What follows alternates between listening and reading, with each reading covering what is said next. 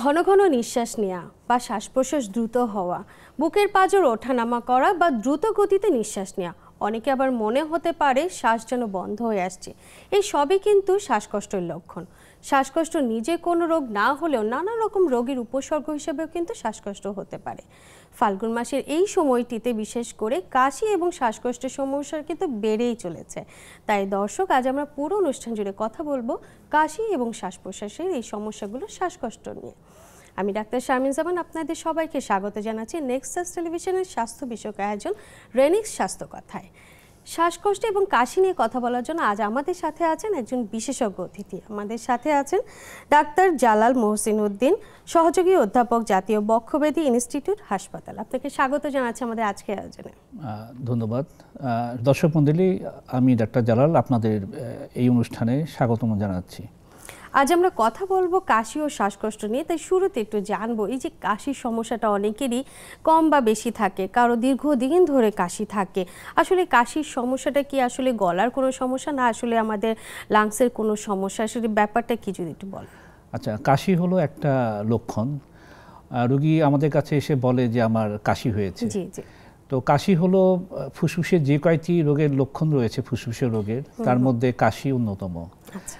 ফুসফুসের মোট লক্ষণ রয়েছে ৬টি, যথা কাশি, কফ ওঠা, কাশির সাথে রক্ত যাওয়া, শ্বাসকষ্ট হওয়া, বুকে ব্যথা, বুকে শব্দ হওয়া। এই ৬টি লক্ষণ হলো ফুসফুসের রোগের লক্ষণ।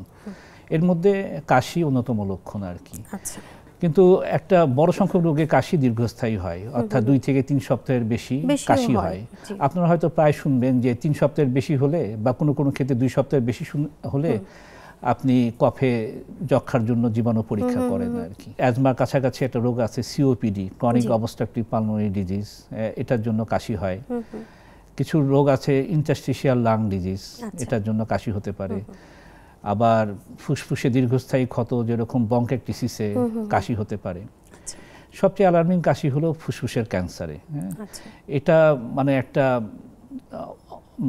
নন উপশমকারী, পারসিস্টেন্ট কাশি হতেই থাকে, যে কাশিটা কোনোভাবে কমানো যায় না, এরকম কাশি হতে পারে হলো ফুসফুসের ক্যান্সারে। তো এগুলো হলো ফুসফুসের প্রধান রোগ। এছাড়া ফুসফুসের পর্দায় যদি পানি আসে, অথবা ফুসফুসে যদি ফোড়া হয়, ফুসফুসে যদি নিউমোনিয়া হয়, এইসব কারণে কিন্তু কাশি আসতে পারে। হয়তো আপনাদের মনে হতে পারে, না বুঝলাম যে কাশি উৎপন্ন হয় ফুসফুস থেকে, ফুসফুসের রোগে তো কাশি হবেই, আর কি কি কারণে কাশি হতে পারে? ফুসফুসের বহির্ভূত কারণে অন্য কোনো কারণ আছে কি? যেরকম আপনার যদি সাইনোসাইটিস থাকে, হ্যাঁ, আবার আপনার নাক যদি অ্যালার্জিক রাইনাইটিসে বন্ধ থাকে, তখন কিন্তু এই কাশি হতে পারে আর কি। তখন সাইনোসাইটিস বা নাক বন্ধ থাকলে এই কফগুলা গলায় যেয়ে পড়ে এবং তখন কাশি হতে পারে আর কি। আবার যদি আপনার হার্ট ঠিক মতো কাজ না করে, হার্ট ফেলুরের কারণে যদি ফুসফুসে পানি আসে, সেখানেও কাশি হতে পারে। আবার যদি আপনার অ্যাসিডিটি সমস্যা থাকে এবং দেখা যায় যে বুক গলা জ্বলছে, তো সেই সব অ্যাসিড যদি শ্বাসনালীতে যেয়ে পড়ে, তাহলেও কিন্তু কাশি হতে পারে। তাহলে আপনারা দেখছেন যে কাশির কিন্তু অজস্র কারণ আছে। তার মানে হচ্ছে আমরা বলতেই পারি যে কোনো একটা রোগের উপসর্গ হিসেবেই কাশিটা দেখা দিচ্ছে। তবে ধরেন এই ফুসফুসে বা হার্টের কোনো সমস্যা নেই, তারপরও কারো যদি খুসখুসে একটা কাশি, গলা দিয়ে কফও আসছে না ঠিক মতন, আবার দেখা যাচ্ছে নাক দিয়েও পানি পড়ছে না, বাট তার কাশিটা আছে, সেটা ৩ সপ্তাহ হবে, অনেকের ৪ সপ্তাহ ৫ সপ্তাহ থাকছে। আসলে সেই কাশিটা কিভাবে ভালো করা যায় বা কেন এই কাশিটা হয়? আচ্ছা, এখানে যেটা বলছিলাম যে এই ধরনের কাশি যেটা কফ বের হচ্ছে না, হ্যাঁ, তো কিছু কিছু কাশিতে কফ বের হয় না। তার মধ্যে একটা আছে অ্যাজমা। সাধারণত কফ তৈরি হয় না, কিন্তু এরকম লম্বা দীর্ঘস্থায়ী কাশি হয়, শুকনা কাশি। আবার কারো কারো ক্ষেত্রে যদি দেখা যায় একটা ইন্টারস্টিশিয়াল লাং ডিজিজ আছে, যেটা বিভিন্ন রকম অকুপেশন বা অন্যান্য কারণে হতে পারে আর কি, সেটা একটা দীর্ঘস্থায়ী শুকনা কাশি হয়। আবার কিছু কিছু ক্ষেত্রে যেটা হয়, যেটা আমি আগেও বললাম, যে যদি কারো সাইনোসাইটিস থাকে অথবা কোনো ফেরিনজাইটিস বা টনসিলাইটিস, এই ধরনের সমস্যাগুলি থাকে, তখনও কাশির সমস্যাটা হতে পারে। সেক্ষেত্রে তারা আসলে কি করবে? চিকিৎসকের কাছে সরাসরি যাবে? কোনো পরীক্ষা নিরীক্ষার মাধ্যমে কি এটা বের করা যেতে পারে? না, সেটা অবশ্যই আর কি, যে চিকিৎসক তার ডিটেল হিস্ট্রি নেবেন। এইসব অধিকাংশ ক্ষেত্রে দেখা যায় যে যদি রোগী প্রপারলি মানে হিস্ট্রি দিতে পারে এবং ডাক্তার যদি প্রপারলি হিস্ট্রি নিতে পারেন, কাশির কারণগুলি উদ্ঘাটন হয়। এবং স্বল্প কিছু ক্ষেত্রে হয়তো আমরা বুকের একটা এক্সরে অথবা সাইনাসের এক্সরে, একই সাথে হয়তো কিছু লাং ফাংশন টেস্ট আছে, এগুলো করে মোটামুটি একটা ধারণা করে ফেলতে পারি যে তার কি কারণে কাশিটা হচ্ছে। তবে দীর্ঘমেয়াদী যাদের কাশি থাকছে, দেখা যাচ্ছে 1 মাস 1.5 মাস হয়ে যাচ্ছে কাশি ভালো হচ্ছে না, তারা সাধারণত দোকান থেকেই ওষুধ কিনে খান, বিভিন্ন রকম সিরাপ যে ওষুধগুলো আছে সেগুলোই খাচ্ছেন। এবং এই ওষুধগুলো আসলে কতদিন খেলে বা কতদিন খাওয়া উচিত না তাদেরকে, যে খেলে তাদের পরবর্তীতে নানা রকম সমস্যা হতে পারে? আসলে দীর্ঘস্থায়ী কাশিগুলা যে সাধারণ কফ সিরাপে যে চলে যাবে বিষয়টা এরকম না।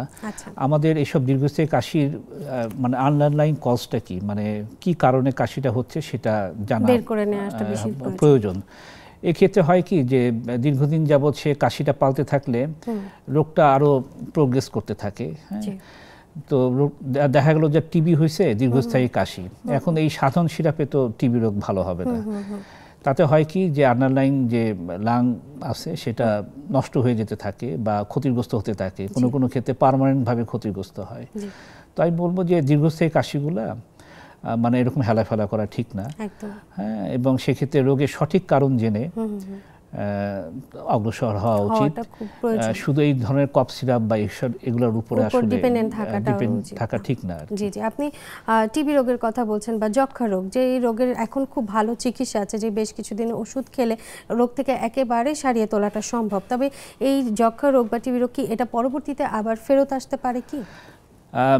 একটা জিনিস বলি যে যক্ষ্মা যদি আপনি খুব আর্লি স্টেজে ডায়াগনোসিস করতে পারেন, আর্লি স্টেজ বলতে বোঝাচ্ছি যে তখনও লাং ড্যামেজ সেভাবে হয় নাই, হ্যাঁ, ফুসফুস ক্ষতিগ্রস্ত হয় নাই, এই অবস্থায় যদি রোগ নির্ধারণ করতে পারেন যক্ষ্মার ওষুধ খেলে, সেক্ষেত্রে কিন্তু মানে খুব ভালো ফলাফল পাওয়া যায় আর কি। হ্যাঁ, সেরকম কোনো রেসিডুয়াল ড্যামেজ থাকে না। হ্যাঁ, তো কিন্তু যক্ষ্মা রোগীগুলো অনেক ক্ষেত্রে দেখা যায় যে অনেক দেরি করে আসে, যার ফলে লাং ড্যামেজ হয়, ফুসফুস ক্ষতিগ্রস্ত হয়। তো এইসব যখন যতই মানে এক্সটেন্সিভ, মানে 2 ফুসফুস আক্রান্ত হয়েছে, রোগটা যদি খুবই বেশি অগ্রসর হয়ে যায়, তো দেখা যায় যে এবং ফুসফুসে যদি এরকম পার্মানেন্ট ড্যামেজ হয়, এই সব ফুসফুসের রোগ প্রতিরোধ ক্ষমতা কিন্তু অনেকাংশে কমে যায়। হ্যাঁ, সেই ক্ষেত্রে এই ধরনের রোগীদের ক্ষেত্রে পরবর্তীতে একটা যক্ষ্মা হওয়ার সম্ভাবনা বেড়ে যাচ্ছে। অথবা কারো যদি এরকম হয় যে রোগ প্রতিরোধ ক্ষমতা কমে গেছে অ্যাজ এ হোল, যেরকম ডায়াবেটিস মেলাইটাসে, অথবা উনি কোনো ক্যান্সার থেরাপি নিচ্ছেন, অথবা রেনাল ট্রান্সপ্লান্টের জন্য কোনো ওষুধ খাচ্ছেন যেটা ইমিউনোসাপ্রেশন করে, অথবা দীর্ঘদিন যাবৎ উনি স্টেরয়েড ওষুধ খাচ্ছেন কোনো কারণে, সেসব কারণে যদি রোগ প্রতিরোধ ক্ষমতা কমে যায়, তাহলে কিন্তু পুনরায় যক্ষ্মা হওয়ার সম্ভাবনা বেড়ে যাচ্ছে, অনেক বেশি বেড়ে যাচ্ছে। এই সময়টা বিশেষ করে যে ফাল্গুন মাসে বা ফেব্রুয়ারি মাসে, এই সময়টাতে দেখা যায় বাইরে আবহাওয়াটা খুব শুষ্ক থাকে এবং বাতাসের পরিমাণ বেশি থাকে, ধুলাবালি থাকে, যে কারণে যাদের অ্যালার্জির সমস্যাটা থাকছে তাদের এই সমস্যাটা বেড়ে যাচ্ছে, কাশিটাও বাড়ছে, সাথে আর শ্বাসকষ্টটাও বাড়ছে। তো এই সময়টাতে আলাদা করে কি কোনো ব্যবস্থাপনা নিতে পারে যে কারণে আর কি কাশিটা থেকে সে ভালো থাকতে পারে? আসলে একটা বিষয় হলো যে যখন আবহাওয়া খুব শুষ্ক হয়ে যায়, তো তখন আপনি জানেন যে আবহাওয়া মণ্ডলে বা বায়ুমণ্ডলে এই মানে ভাসতে থাকে এই কণাগুলা, হালকা হয়ে অনেক দীর্ঘক্ষণ যাবৎ ভাসতে থাকে, ফলে সহজেই কিন্তু আমাদের শ্বাস প্রশ্বাসের সাথে ফুসফুসে প্রবেশ করে। হ্যাঁ, আবার দেখা যায় যে বাইরে ঠান্ডা আবহাওয়া, হ্যাঁ, কিন্তু আমাদের ভিতরটা তো উষ্ণ। হ্যাঁ, এই ঠান্ডা বাতাসও যদি আমাদের এই উষ্ণ ফুসফুসে এনভায়রনমেন্টে ঢুকে, তাহলেও কিন্তু এক ধরনের কাশির উদ্রেক করতে পারে। আবার দেখা যায় যে এই শীতকালে কিছু কিছু ভাইরাসজনিত রোগ এর প্রকোপ দেখা যায় খুব বেশি, এবং এদের মাল্টিপ্লিকেশনও খুব বেশি হয়। হ্যাঁ, তো এইসব বিভিন্ন কারণে শীতকালে কিন্তু এই ধরনের কাশি বা শ্বাসকষ্ট রোগগুলি প্রকোপ বাড়ে আর কি। তো এই ক্ষেত্রে যেটা করতে বলবো যে যেখানে মনে করেন যে ধুলাবালি বেশি, আপনি মাস্ক ব্যবহার করেন, অথবা কোনো ক্রাউডে গেলেন যেখানে অনেকেই থাকতে পারে যাদের ঠান্ডা সর্দি লেগে আছে ভাইরাসজনিত, তো মাস্ক ব্যবহার করতে পারেন আর কি। হ্যাঁ, আবার আপনি যেটা করতে পারেন যে যেসব জায়গায় বায়ু দূষণ বেশি থাকে এই সময় ওই সব এলাকা আপনি অ্যাভয়েড করলেন। এবং সাধারণত দেখা যায় যে বিদেশে অনেক জায়গায় আবহাওয়া ফোরকাস্ট করে যে অমুক এলাকাতে আজকে বায়ু দূষণ খুব বেশি হবে, হ্যাঁ, তো আপনি সেসব এলাকা অ্যাভয়েড করলেন এবং ওই সময়টাতে আপনি হয়তো ইনডোরে অবস্থান করলেন, ঘরের বাইরে করতে হবে যতটুকু সম্ভব, হ্যাঁ, ঘরের বাইরে না গেলেন। এছাড়া মাস্ক পরার সাথে সাথে বললাম যে অ্যাভয়েডেন্স অফ ওইসব এলাকা। একই সাথে যেটা বলবো যে আপনি ইচ্ছা করলে এখানে ইনফ্লুয়েঞ্জা ভ্যাকসিন নিতে পারেন, যাতে এই যে ভাইরাসজনিত ঠান্ডা কাশি এগুলা অ্যাভয়েড করা যায়। আপনি বাইরে থেকে আসলেন, যে বাইরে যে কাপড় চোপড় পরে গিয়েছিলেন ওইটা ঘরে দীর্ঘক্ষণ পরে থাকবেন না, এসে তাড়াতাড়ি আপনি কাপড়টা পরিবর্তন করে ঘরের কাপড় চোপড় পরলেন এবং নাক মুখ ধুয়ে ফেললেন, বলতে পারেন একদম অজু করে ফেললে ধুলাটা লেগে থাকবে না শরীরে। তো আপনার দেখা যাবে যে একটু কেয়ারফুলি দেখলে কিন্তু অনেকে সুস্থ থাকতে দেখা যাবে যে আপনার কাশি এগুলো কম হচ্ছে অনেকটা। অ্যালার্জিজনিত একটা সমস্যা আছে যেটা আমাদের দেশে কিন্তু অনেক বেশি, বিশেষ করে এই যে ধুলাবালির কারণে তো হচ্ছে, তাছাড়া কম বেশি খাবারে বা নানা রকম কারণে কিন্তু অ্যালার্জির সমস্যাটা হচ্ছে। সবাই জানে যে তার অ্যালার্জির সমস্যা আছে, কিন্তু আসলে এই মানে অ্যালার্জিজনিত যে সমস্যাটা এই কারণে নানা রকম অসুবিধা হচ্ছে। অ্যালার্জিজনিত সমস্যাটা আসলে কি, এই জিনিসটা যদি একটু বলতেন যে কিভাবে আসলে পরীক্ষা করেও দেখতে পারেন। এই বিষয়টা হলো আপনার শরীরের অতি সংবেদনশীল চরিত্র। ধরেন ধুলাবাড়িতে একজন সাধারণ মানুষের ওইভাবে সমস্যা হয় না, হ্যাঁ, কিন্তু আপনি হয়তো বেশ সংবেদনশীল, আপনার মানে সৃষ্টিকর্তা আপনাকে হয়তো ওভাবেই তৈরি করেছেন যে আপনার এই ধরনের সংবেদনশীলতা শরীরে রয়েছে। তো দেখা গেল যে ওই ধরনের একটা পোলেন হোক বা খাবারে হোক আপনার শরীর ওভার রিয়াক্ট করছে, স্বাভাবিক রিয়াক্ট না করে ওভার রিয়াক্ট করছে কিছু অন্তর্গত মেকানিজমের মাধ্যমে আর কি। তো অ্যালার্জিজনিত সমস্যার মধ্যে একটা বড় অংশ হলো অ্যালার্জিক রাইনাইটিস, অর্থাৎ অ্যালার্জিজনিত সর্দি, নাক দিয়ে পানি পড়ে, হ্যাঁ, নাক দিয়ে পানি পড়ে, হাঁচি হয়, নাক বন্ধ থাকে, হ্যাঁ। তো এইসব কারণটা হলো যে আপনার শরীরের ওই এংশগুলো অতি সংবেদনশীল, যেটা বায়ুমণ্ডলে ধুলাবালি অথবা ঠান্ডা বাতাস অথবা পোলেন, যেটা ফুলের রেণু, এগুলা যখন সংস্পর্শে আসে তখন এক ধরনের তার সারফেসে রিয়াকশন তৈরি হয়। এর ফলে ওই জায়গাগুলি ফুলে যায়, অতিরিক্ত রস নিঃসরণ করে। মূলত এগুলাই হলো মূল কারণ যে অ্যালার্জি। ধরেন আপনার অ্যাজমাও একটা অ্যালার্জিজনিত সমস্যা, আপনার স্কিনে হয়তো আপনার র্যাশ হয়, জায়গাটা ফুলে যায়, কিন্তু শ্বাসনালীর ভিতরে যখন ধুলাবালিগুলি যায় তখন শ্বাসনালীর ভিতরটা ফুলে ওঠে, হ্যাঁ, অতিরিক্ত রস নিঃসরণ করে, ফলে শ্বাসনালীটা সরু হয়ে যায়, তখনই কিন্তু অ্যাজমার উদ্রেক হয়, হ্যাঁ। তো এগুলো সবই কিন্তু মানে অ্যালার্জিজনিত সমস্যা।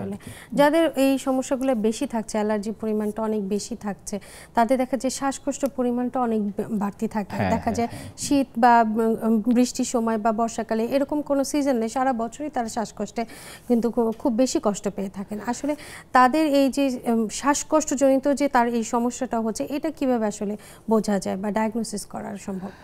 আচ্ছা, অ্যালার্জিজনিত যদি সমস্যা থাকে, যেরকম অ্যালার্জিক রাইনাইটিস অথবা এক্সিমা অথবা চোখ চুলকায়, অ্যালার্জিক কনজাংটিভাইটিস, হ্যাঁ, এগুলো যদি থাকে তাহলে মনে করবেন যে তার কোনো না কোনো সময় অ্যাজমা সমস্যা হতে পারে।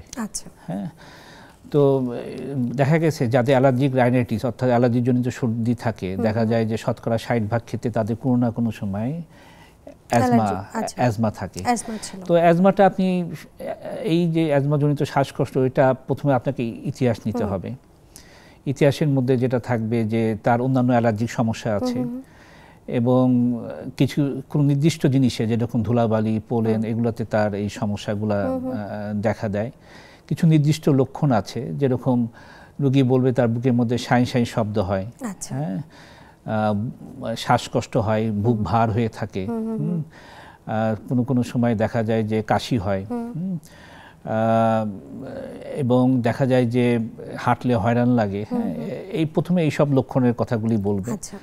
এই ধরনের রোগীদের অনেক ক্ষেত্রে আমরা যদি দেখি, আমরা এক্সরে করতে পারি। এক্সরে করার উদ্দেশ্য হলো যে অন্য কোনো রোগ আছে কিনা দেখার জন্য, মানে ফুসফুসে অন্য কোনো সমস্যা আছে হ্যাঁ। কিনা। আবার একই সাথে আমরা একটা পরীক্ষা করি লাং ফাংশন টেস্ট, যেটা একটা হলো স্পাইরোমেট্রি। ওটা করে দেখি যে সে কিরকম তার রিডিংগুলো কেমন উঠতেছে, হ্যাঁ, ওষুধে কিরকম রেসপন্স করে, এগুলো দেখি। তো সব ইতিহাস এবং এইসব ইনফরমেশন মিলে আমরা আসলে ডায়াগনোসিস করি যে তার এই শ্বাসকষ্টটা অ্যালার্জির জনিত কারণে, এবং এটা আসলে এক ধরনের অ্যাজমা আর কি। জি জি, এই অ্যাজমার কারণে যেটা বললেন যে আপনি বুক বন্ধ হয়ে আসা বা হাঁপানি আসা, আবার অনেক সময় হার্টের সমস্যা থেকে এই একই রকম সিমটমই কিন্তু আমাদের রোগীরা দিয়ে থাকেন। আসলে দুইটাকে আলাদা কিভাবে করব এটা সম্পর্কে জানবো, কিন্তু একটা ছোট বিরতি থেকে এসে। ঠিক আছে দর্শক, সময় হলো ছোট্ট একটি বিরতি নিয়ে। রেনিক্স স্বাস্থ্য কথার সাথেই থাকুন, ফিরছি কিছুক্ষণের মধ্যে।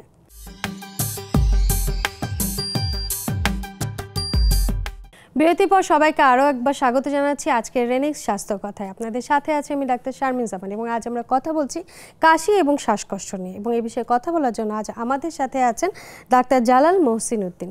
বিরতিতে যাবার আগে কিন্তু আমরা নানা রকম কারণ লক্ষণগুলো কিন্তু একটু জানলাম, কিন্তু আপনি কথা বলার মাঝখানে বলছিলেন যে যাদের শ্বাসকষ্ট হয় সাধারণত বুক চেপে আসে, ব্যথা করে, এবং হাঁটলে হাঁপানির মতন একটা সমস্যা হতে পারে। এই সমস্যাগুলো কিন্তু আমাদের যাদের হার্টের সমস্যা আছে তারাও কিন্তু একই রকম লক্ষণের কথাই বলেন। তো হার্টের সমস্যা এবং হাঁপানির সমস্যা বা অ্যাজমার সমস্যাটা, এই দুটো কি আলাদা করাটা আসলে কিভাবে, যে আমাদের দর্শকরা আসলে কিভাবে বুঝবেন যে কোন সমস্যার জন্য হচ্ছে? আচ্ছা, যেরকম ফুসফুসের কারণে যে শ্বাসকষ্টটা হয় সেটা আপনার অন্যান্য লক্ষণগুলি থাকবে, অ্যালার্জিক লক্ষণগুলো, অর্থাৎ অ্যালার্জিজনিত সর্দি বা অ্যালার্জিজনিত কনজেক্টিভাইটিস বা সাইনোসাইটিস, এগুলো থাকবে এই অ্যাজমার সাথে। এবং দেখা যায় যে এর একটা দীর্ঘস্থায়ী ইতিহাস থাকে। রোগীরা অনেক সময় বলে যে এই 5 বছর যাবৎ প্রত্যেক শীতে আমার এই সমস্যা হচ্ছে। আচ্ছা, দেখা যাচ্ছে একটা নির্দিষ্ট ধুলাবালি বা পোলেন এগুলার এক্সপোজারে এই ধরনের সমস্যাগুলি হচ্ছে।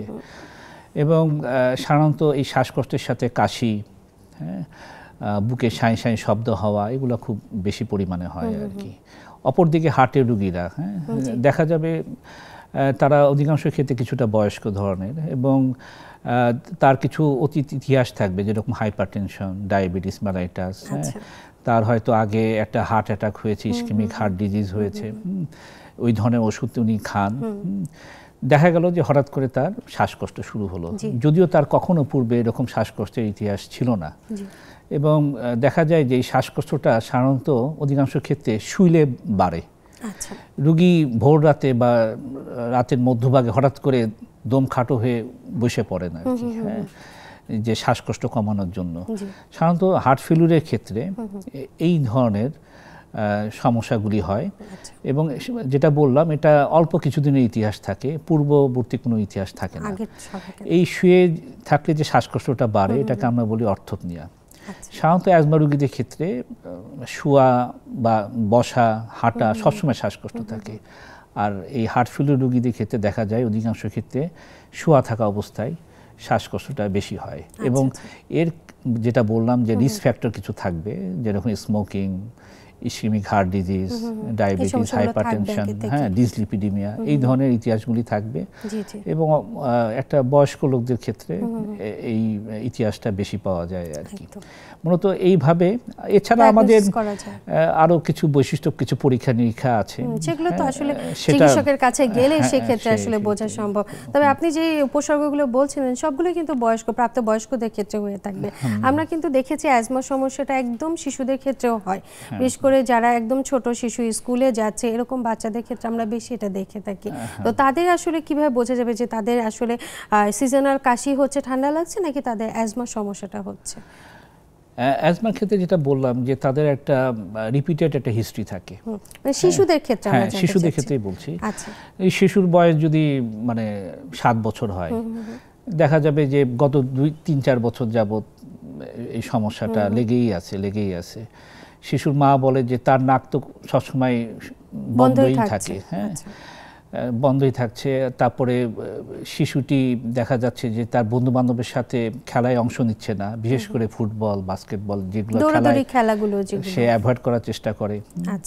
মা বলে যে বুকের মধ্যে সাঁই সাঁই শব্দ হয়, হ্যাঁ, এই ধরনের লক্ষণগুলো দেখা দেয়। হ্যাঁ, আবার অনেক ক্ষেত্রে দেখা যায় যে শিশুর পরিবারে এই ধরনের একটা অ্যাজমার ইতিহাস থাকতে পারে, মানে পরিবারের অন্য সদস্যদের ছিল, হ্যাঁ, বাবা হোক, মা হোক, অথবা দাদা দাদি হলে, হ্যাঁ, নানা নানি, যাই হোক, কারো পরিবারের মধ্যে একটা কারো ছিল শ্বাসকষ্টের ইতিহাস থাকতে পারে, অথবা শ্বাসকষ্টের ইতিহাস না থাকলেও দেখা গেল একটা স্ট্রং অ্যালার্জির ইতিহাস আছে, কেউ না কেউ অ্যালার্জিতে ভুগছে।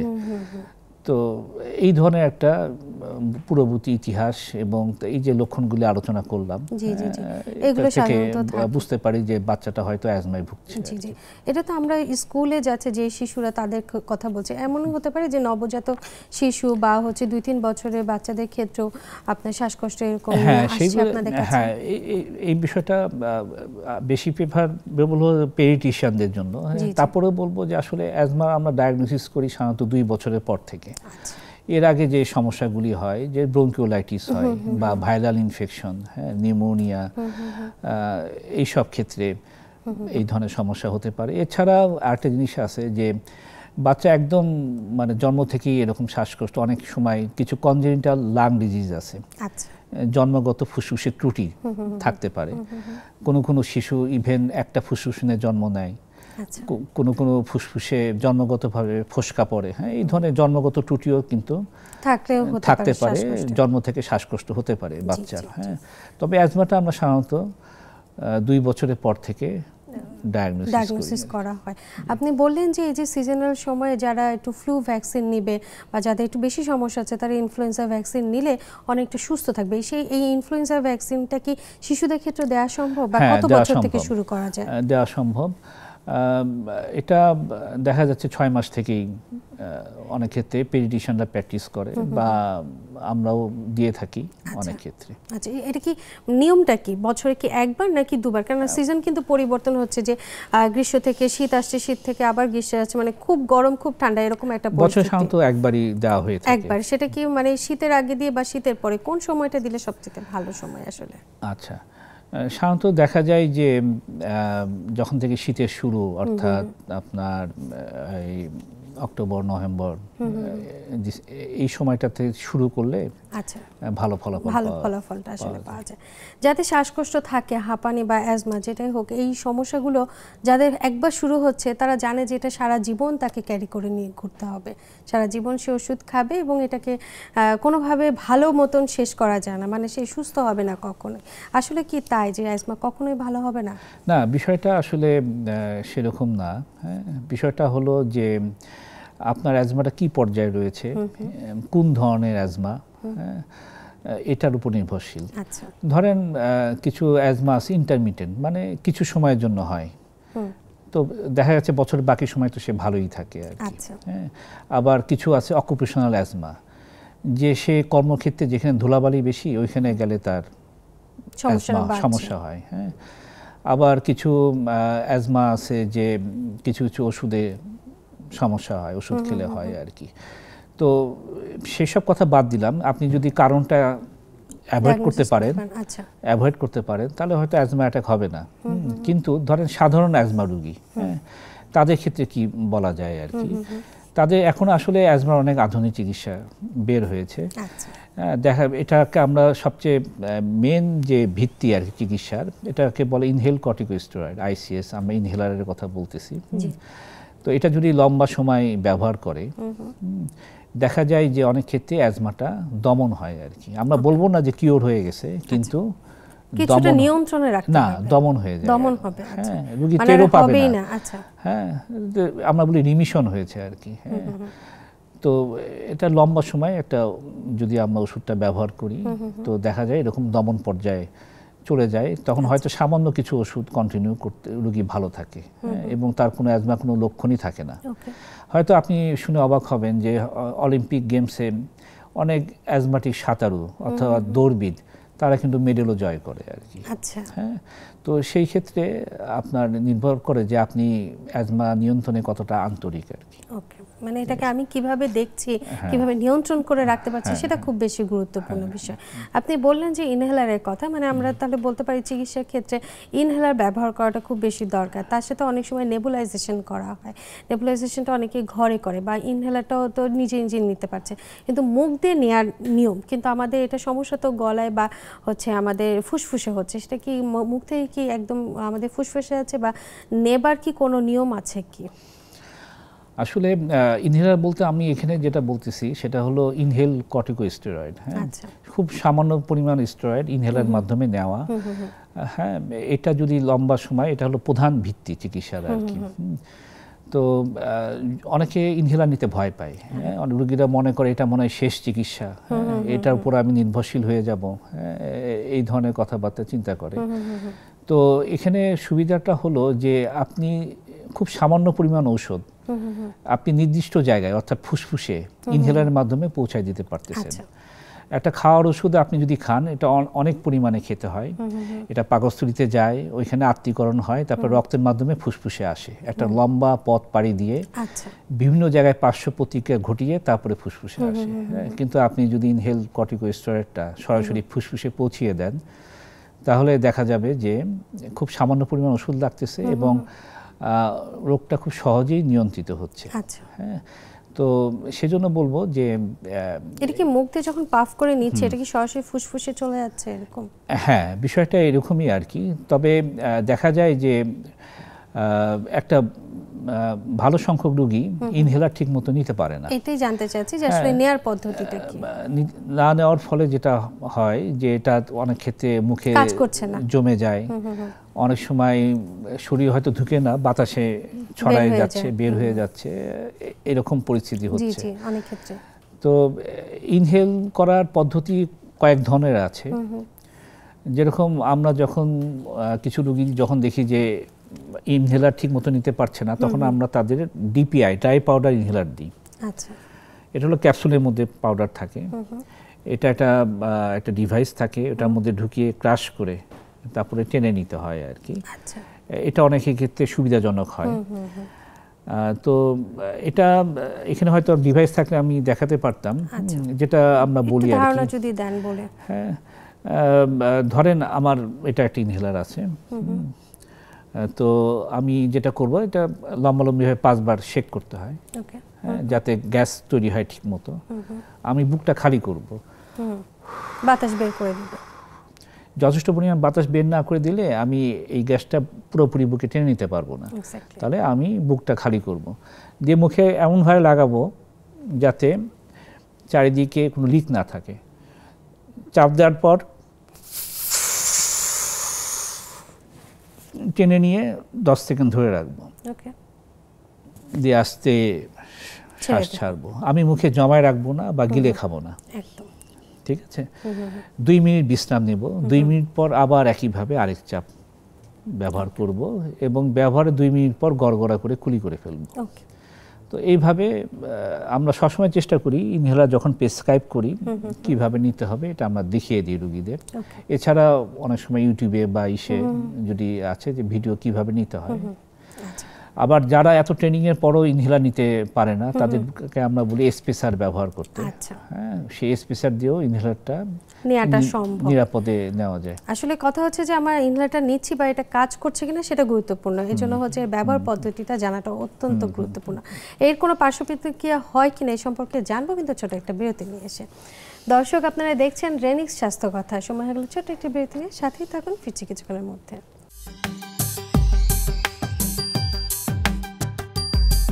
বিরতির পর সবাইকে আরও একবার স্বাগত জানাচ্ছি আজকের রেনিক্স স্বাস্থ্য কথায়। আমি আছি ডাক্তার শারমিন জামান আপনাদের সাথে, এবং আজ আমরা কথা বলছি কাশি এবং শ্বাসকষ্ট নিয়ে। এবং এই বিষয়ে কথা বলার জন্য আজ আমাদের সাথে আছেন ডাক্তার জালাল মহসিন উদ্দিন। আমরা কিন্তু জেনে গেলাম যে আসলে কি কি কারণে শ্বাসকষ্ট বা কাশি হচ্ছে, বা এর চিকিৎসা পদ্ধতি সম্পর্কেও কিন্তু জানলাম। কিন্তু এবার একটু জানবো, সেটা হচ্ছে যে এই যে যাদের দীর্ঘদিন ধরে শ্বাসকষ্ট রোগে আক্রান্ত আছে এবং অ্যাজমাটা তাদের জন্য একদম নির্ধারিত হয়ে গেছে, কোনো কিছুর মাধ্যমেই তারা সারিয়ে তুলতে পারছে না, তারা কি এই যতদিন তাদের এই সমস্যাটা থাকছে, তারা কি লং টাইম কি শুধু ইনহেলারই নিয়ে যাবে, নাকি তাদের জন্য অন্য কোনো ব্যবস্থাও রয়েছে? আচ্ছা, একটা জিনিস মনে রাখতে হবে যে ধরেন সে অ্যাজমা আছে কিনা। অনেক ক্ষেত্রেই মানে শ্বাসকষ্ট মানেই যে অ্যাজমা, বিষয়টা এরকম না। আচ্ছা, চিকিৎসক দেখেন যে সে যে অ্যাজমার চিকিৎসা এতদিন যাবত নিচ্ছে, এটা কি আসলে অ্যাজমা কিনা। এছাড়া অ্যাজমার কাছাকাছি সিওপিডি রোগ আছে, হতে পারে। হ্যাঁ, আবার আমরা যেটা বললাম যে তার অ্যাজমাটা নিয়ন্ত্রণ হচ্ছে কিনা, মানে ফুসফুসে এর সাথে কোন নিউমোনিয়া হলো কিনা, বা এটার সাথে তার নতুন করে কোনো টিউমার হলো কিনা, কি জন্য ভালো হচ্ছে না, হ্যাঁ, কি কারণ। তো সেই বিষয়গুলা দেখতে হয়। আমরা বলেছি যে মানে অ্যাজমা চিকিৎসার মেন স্তম্ভ হলো ইনহেল কর্টিকোস্টেরয়েড, আইসিএস আর কি, যেটা ইনহেলের মাধ্যমে দেওয়া হয়। কিন্তু রোগী দেখা যাচ্ছে যে কিছু রিলিভার ড্রাগ নিচ্ছে, যেরকম সলবুটামল, হ্যাঁ, অথবা অন্যান্য ড্রাগ ইনহেলের মাধ্যমে ব্যবহার করছে। সেটা কিন্তু কখনোই অ্যাজমা নিয়ন্ত্রণ করবে না।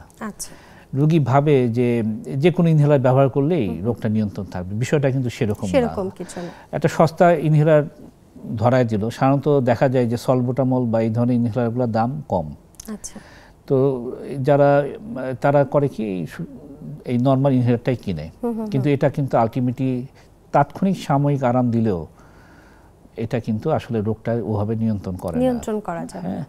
তো আমরা বললাম তাহলে কি একটা ডায়াগনোসিসটা ঠিক আছে কিনা, হ্যাঁ। 2 নম্বর হলো যে সে যে ওষুধ ব্যবহার করতেছে ওষুধটা ঠিক আছে কিনা, ওষুধ ঠিক থাকলেও ওষুধ নেওয়ার টেকনিক ঠিক আছে কিনা, হ্যাঁ, যেটা অনেক ক্ষেত্রেই রোগীরা ভুল করে। যে এগুলো আমরা পিটফলগুলো দেখার চেষ্টা করি যে কি। আবার আমরা বলেছি যে অ্যাজমা যে শুধু অ্যাজমা থাকবে তা না, অ্যাজমা রোগীর নিউমোনিয়া হতে পারে, অ্যাজমা রোগীতে টিবি রোগ হতে পারে। এই ধরনের অ্যাজমাটা কমপ্লিকেটেড হলো কিনা অন্য কোনো রোগ দিয়ে, সেটাও একটা দেখার বিষয়। না, আমরা দেখলাম যে তার রোগ নির্ণয় ঠিক আছে, ওষুধ নেওয়া ঠিক আছে, দেখলাম যে অন্য কোনো রোগের সাথে হয়নি। এরপর কিন্তু আরো অন্যান্য সাহায্যকারী ওষুধ রয়েছে, যেটাকে আমরা মানে তার এই চিকিৎসাটা আরো এক্সটেন্ডিং করি আর কি। সেটা খাওয়ার ওষুধ হতে পারে, সেটা কিছু আছে যে ইনজেকশন আছে যেগুলো নিতে হয়, যেটা খুব ভেরি সিভিয়ার অ্যাজমা সব ক্ষেত্রে আর কি। অন্যান্য সাহায্যকারী ওষুধও এরকম রয়েছে, সেগুলো নিলেও কিন্তু সে সুস্থ থাকতে পারে, হ্যাঁ, নিয়ন্ত্রণে আসে। জি, এই অ্যালার্জি যে সমস্যাটা, এটা কম বেশি অনেকেরই আছে, কারো কম বা কারো বেশি। যাতে সমস্যা থাকছে তাদের এই অ্যালার্জি নিয়ন্ত্রণ রাখার জন্য কিছু ওষুধ দেওয়া হয়, যেমন অ্যান্টিহিস্টামিন জাতীয় কিছু ওষুধ যারা খাচ্ছেন তারা দীর্ঘদিন ধরে খাচ্ছেন। এই ওষুধগুলো দীর্ঘদিন খেলে কি কোনো রকম পার্শ্ব প্রতিক্রিয়া হবে না? আচ্ছা, আসলে এই অ্যালার্জির কারণটা কি, এটা নির্ণয়টা জরুরি, এবং সবচেয়ে ভালো হয় যে আমরা যদি সেটা অ্যাভয়েড করতে পারি, হ্যাঁ। আবার অ্যান্টিহিস্টামিনের ক্ষেত্রে বিভিন্ন রকম অ্যান্টিহিস্টামিন রয়েছে। কোনোটা একটু খেলে ঘুম আসে, হ্যাঁ, কোনোটা দেখা যায় যে না, ওভাবে সমস্যা হয় না কাজে কর্মে খেলে, হ্যাঁ। তো দীর্ঘদিন যে কোনো ওষুধ খেলে কিছু না কিছু পার্শ্ব প্রতিক্রিয়া হতে পারে আর কি, হ্যাঁ। তো সেই ক্ষেত্রে বলবো যে ডাক্তার সাহেব যেভাবে যে কয়েকদিনের মানে ওষুধ দেন ওইভাবে ফলো করা উচিত। দরকার হলে এক ওষুধের উপর নির্ভরশীল না হয়ে ডাক্তার সাহেব বিভিন্নভাবে ওষুধ দেওয়ার চেষ্টা করেন, হ্যাঁ, বা একাধিক ওষুধও ওভাবে দিতে পারেন, যাতে কোনো ওষুধের পার্শ্ব প্রতিক্রিয়াটা বা ডোজটা বেশি না হয়ে যায়, এভাবে অ্যাডজাস্ট করতে পারেন, হ্যাঁ। আবার অনেক ক্ষেত্রে কিছু পরীক্ষা আছে যেগুলির মাধ্যমে কোন বিষয়ে অ্যালার্জি হচ্ছে ওটা নির্ণয় করা যায়, তো সেটা নির্ণয় করেও কিন্তু সুস্থ থাকতে পারেন। অনেকেরই কাশি হচ্ছে বা শ্বাসকষ্ট নিয়ে সমস্যা আছেন, বুঝতে পারছেন যে তার নিঃশ্বাস নিতে অসুবিধা হচ্ছে, তিনি কোন পর্যায়ে আসলে চিন্তা করবেন যে আমার এখন আর বাসায় বসে থাকা যাবে না, আমাকে চিকিৎসকের কাছে যেতেই হবে? কোন কোন লক্ষণগুলো থাকতে হবে তার? তো এটা আসলে আপনি হয়তো জানেন যে শ্বাসকষ্ট যতগুলা লক্ষণ আছে তার মধ্যে শ্বাসের সাথে কষ্ট, এইটা যখন কোনো রোগীর হয় সে কিন্তু আসলে ডাক্তারের কাছে যাওয়ার জন্য মরিয়া হয়ে ওঠে আর কি, হ্যাঁ। আপনি অন্যান্য লক্ষণ দেখেন, মাথা ব্যথা বা চুলকানি, কিন্তু কোন লক্ষণের সাথে কষ্ট আছে? শ্বাসের সাথে কষ্ট, শ্বাসকষ্ট। তো শ্বাসকষ্ট যদি কারো থাকে, অন্যান্য কাজকর্ম কিন্তু খুব খারাপভাবে হ্যাম্পার হয় এবং তাকে মানসিকভাবে অবসাদগ্রস্ত করে তোলে। তো শ্বাসকষ্ট যে কোনো পরিমাণে হলে আসলে ডাক্তারের পরামর্শ নেওয়া উচিত, খুব বেশি প্রয়োজন। জি। কারো যদি এরকম সমস্যা থাকে বা হচ্ছে কেউ চাচ্ছে যে আমি একটু ঘরোয়া পদ্ধতিতে একটু সুস্থ থাকতে পারি, আমাদের অনুষ্ঠানে একদম শেষ মুহূর্তে কিছু টিপস যদি বলে দেন আমাদের দর্শক। মানে কোন রোগীর ক্ষেত্রে? এই শ্বাসকষ্ট যাদের আছে বা অ্যালার্জিজনিত সমস্যা যাদের আছে তাদের জন্য। হ্যাঁ, যে অ্যাজমা রোগীদের ক্ষেত্রে যেরকম আমরা বলতে পারি যে ঘরোয়া কি মেজার নিলে তার একটা কম হতে পারে আর কি। যেরকম আপনি আপনার বাড়ি ঘরে ভারী সাজসজ্জা করবেন না। আচ্ছা। ভারী সাজসজ্জা এই জন্য করবেন না কারণ এখানে কোনা কাঞ্চিতে ধুলাবালি জমে, হ্যাঁ, এবং এখানে ডাস্ট মাইট হতে পারে এবং ঘর পরিষ্কার করাও কঠিন। আপনার ঘরটা হবে একদম সিম্পল আর কি, হ্যাঁ, বেশি আসবাবপত্রের ঠাসা থাকবে না, ভারী পর্দা থাকবে না যেখানে ধুলাবালি জমতে পারে, অথবা ভেলভেটের মোড়ানো আপনার সোফা সেট এগুলো অ্যাভয়েড করা ভালো, মেঝেতে কার্পেট না থাকা ভালো, হ্যাঁ, এই বিষয়গুলো একটু খেয়াল রাখতে হবে। তারপরে দেখালো আপনার ওয়ালটা যেন ড্যাম ওয়াল না হয়, হ্যাঁ, ড্যাম ওয়াল না হয়। আপনার বাথরুমের দরজাটা সবসময় আটকিয়ে রাখুন যাতে ওখান থেকে ভ্যাপার এসে রুমের ভিতর ফাঙ্গাল স্পোর তৈরি না করে আর কি। ঘরের মধ্যে কাপড় চোপড় শুকাবেন না, হ্যাঁ, কারণ কাপড় চোপড় শুকালে হয় কি জলীয় ভাবটা বাড়ে, এখানে ফাঙ্গাল স্পোর অনেক হয় যেগুলো ইনহেল করলে অ্যাজমা বাড়তে পারে। আপনার বাড়িঘরটি হাইওয়ের পাশে না হওয়াটাই ভালো। হ্যাঁ, দেখা গেছে যে বড় বড় রাস্তার পাশে বাড়িঘর থাকলে সেখানে অ্যাজমার একটা বেশি হয়, অনেক বেশি। এবং কারণ হলো যে এখানে ধুলাবাড়িও বেশি, হ্যাঁ, লোক সমাগম বেশি, হ্যাঁ, গাড়ি ঘোড়া বেশি। তো নিরিবিলি জায়গায় ওইভাবে সব এবং ঘরে পর্যাপ্ত পরিমাণে আলো বাতাস থাকবে। এবং আপনি যেটা করতে পারেন যে আলনাতে কাপড় চোপড় না রেখে ওয়ার্ডরোবের ভিতরে রাখুন এবং গুছিয়ে রাখুন। ডাক্তার জালাল মহসিন উদ্দিন, আমরা অনুষ্ঠানের একদম শেষ পর্যায়ে, আপনি অনেক ব্যস্ত এবং এত ব্যস্ততার মধ্যে আপনার আজ আমাদের সময় দিয়েছেন, এজন্য আপনাকে অসংখ্য ধন্যবাদ। জি, আপনাকে ধন্যবাদ। দর্শক ধন্যবাদ আপনাদেরও যারা এতক্ষণ আমাদের সাথে ছিলেন। আসলে কাশি বা শ্বাসকষ্ট থেকে মুক্ত থাকতে হলে কিন্তু যখনই বাইরে যাচ্ছেন সাথে কিন্তু একটা মাস্ক ব্যবহার করতে পারেন এবং বাইরের কাপড় চোপড় ঘরে এসে সাথে সাথে বদলে ফেলুন এবং সাথে সাথে পরিষ্কার হয়ে নিন। হাত পা ধুয়ে পরিষ্কার হয়ে নিলে কিন্তু বাইরে যে আবর্জনা বা ধুলোবালি সেগুলো কিন্তু থাকবে না, কাশির সমস্যাটা অনেক কম থাকবে। সবাই সুস্থ থাকবেন, ভালো থাকবেন, দেখা হবে পরবর্তী অনুষ্ঠানে। আজ বিদায়।